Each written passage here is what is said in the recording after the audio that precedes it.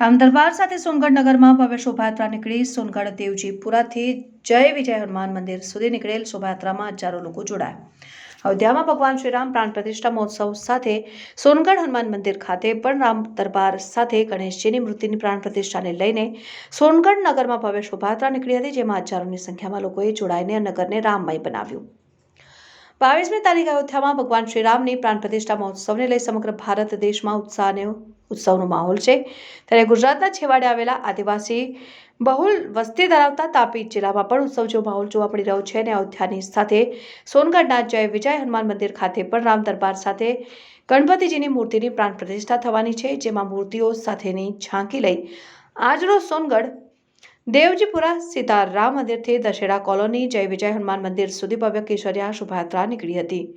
આ યાત્રામાં હજારોની સંખ્યામાં ભાવિક ભક્તો જોડાયા. ત્યાં હજારો મહિલાઓએ માથા ઉપર કળશ ધારણ કરીને શોભાયાત્રાની આગેવાની લીધી અને ડીજે સાથે નીકળેલી આ શોભાયાત્રામાં બજાવ ઢોલ સ્વાગત મેં મેરે ઘર રામ આએ હે નાતાલ પર ભાવિક ભક્તો ઝૂમી ઉઠ્યા હતા.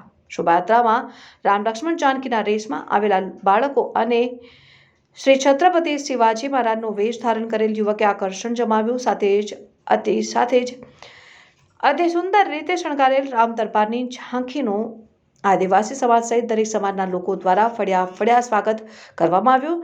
બ્રાહ્મણ ફળિયું, દેવજીપુરા ફળિયા, એકતા નગર સહિત સમગ્ર નગરમાં બહેનોએ રંગોળીઓથી રસ્તાઓ સજાવીને ભગવાન શ્રીરામનું પુષ્પવર્ષા કરીને ભવ્ય સ્વાગત કર્યું. મા શબરીના વંશ એવા યશોદા દીદી શબરી ધામથી બોર લઈને અયોધ્યા જવા પહેલા અહીં ભગવાન શ્રીરામને બોર અર્પણ કરવા માટે આવ્યા હતા. અને યાત્રામાં લોકોને સંબોધન કરતા જણાવ્યું કે હાલ સમગ્ર ભારત દેશ અને તાપી જિલ્લો ભગવાન શ્રીરામના રંગે રંગાયો છે અને સર્વે ગૌરવ લેવો જોઈએ કે ભગવાન શ્રીરામ પ્રાણ પ્રતિષ્ઠા મહોત્સવમાં સવારે 6 વાગી રહ્યા છે અને આ પ્રસંગે 22 જાન્યુઆરીના રોજ દરેક ઘરે ફળિયામાં દિવાળી જેવું વાતાવરણ સર્જાય તે માટે આપણે પ્રયત્ન કરવો જોઈએ.